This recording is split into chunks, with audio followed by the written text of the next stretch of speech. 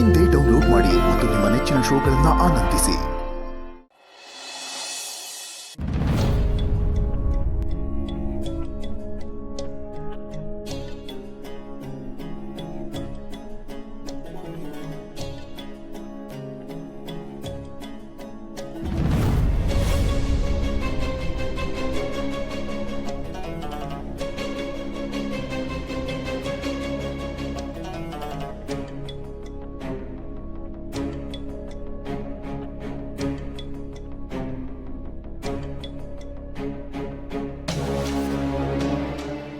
ಜಾನ್ವಿ,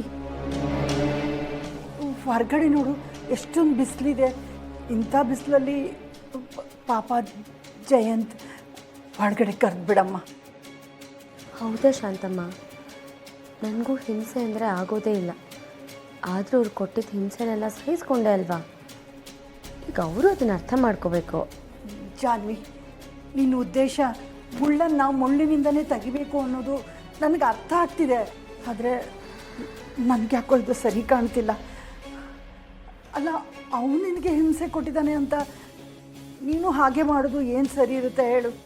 ಶಾಂತಮ್ಮ, ಇಲ್ಲಿ ಒಳ್ಳೆಯದಕ್ಕಾಗಲಿ ಒಳ್ಳೆಯವ್ರಿಗಾಗಲಿ ಬೆಲೆ ಇಲ್ಲ. ಇಂಥ ಜಾಗದಲ್ಲಿ ಅವ್ರ ಥರನೇ ನಾವು ಇರಬೇಕಾಗತ್ತೆ. ನೀನು ಬೇಕಾದಂಥ ಶಿಕ್ಷೆ ಕೊಡು. ಆದರೆ ಇಂಥ ಬಿಸಿಲಲ್ಲಿ ಅವನು ಕಷ್ಟಪಡ್ತಾ ಇರೋದು ನೋಡೋಕ್ಕೆ ನನ್ನಿಂದ ಆಗ್ತಿಲ್ಲಮ್ಮ. ಹೌದಾ, ಸರಿ, ಹಾಗಿದ್ರೆ ನೀವೇ ಹೋಗಿ ಕರೀರಿ.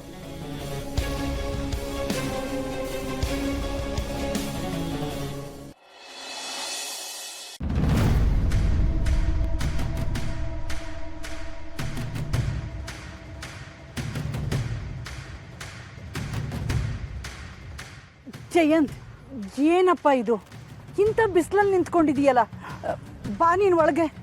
ಇಲ್ಲ ಶಾಂತಮ್ಮ, ನಿಮ್ಮ ಬದಲು ಅವರೇ ಬಂದು ಕರೆದಿದ್ದಿದ್ರೆ ಎದ್ದು ಬಂದ್ಬಿಡ್ತಿದ್ನೋ ಏನೋ. ಅವರು ಬಂದಿಲ್ಲ ಅಂತಂದರೆ ಅವ್ರ ಮನಸ್ಸಿನ್ನು ಬದಲಾಗಿಲ್ಲ ಅಂತ ತಾನೇ ಅರ್ಥ. ಈಗ ನೋಡಿ, ನಾನು ಇಲ್ಲಿಗೆ ಬಂದು ಕೂತು 1 ಗಂಟೆ ಕಾಲ ಆಯಿತು. ಇನ್ನೂ 1 ಗಂಟೆ ಕಾಲ ಬಾಕಿ ಇದೆ. ಆಗಲಿ ಬಿಡಿ.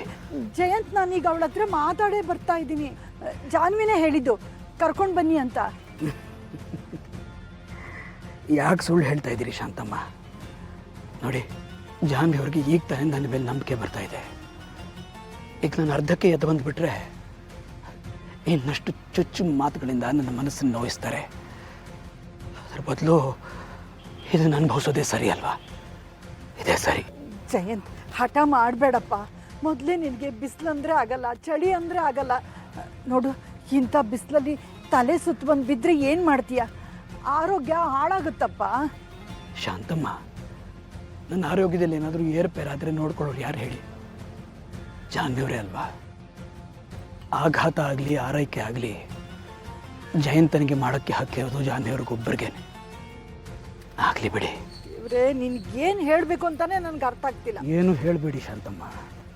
ನನಗೋಸ್ಕರ ನೀವು ಬಿಸಿಲಲ್ಲಿ ನಿಲ್ಲಬೇಡಿ, ಒಳಗೆ ಹೋಗಿ. ನಾನು ಮಾಡಿದ ತಪ್ಪುಗಳಿಗೆಲ್ಲ ಪ್ರಾಯಶ್ಚಿತ್ತ ಅಂತ ಜಾನ್ವಿಯವರು ಈ ಶಿಕ್ಷೆ ಕೊಟ್ಟಿದ್ದಾರೆ. ಈ ಶಿಕ್ಷೆನ ಅನುಭವಿಸ್ಬಿಟ್ಟೆ ಒಳಗೆ ಬರ್ತೇನೆ.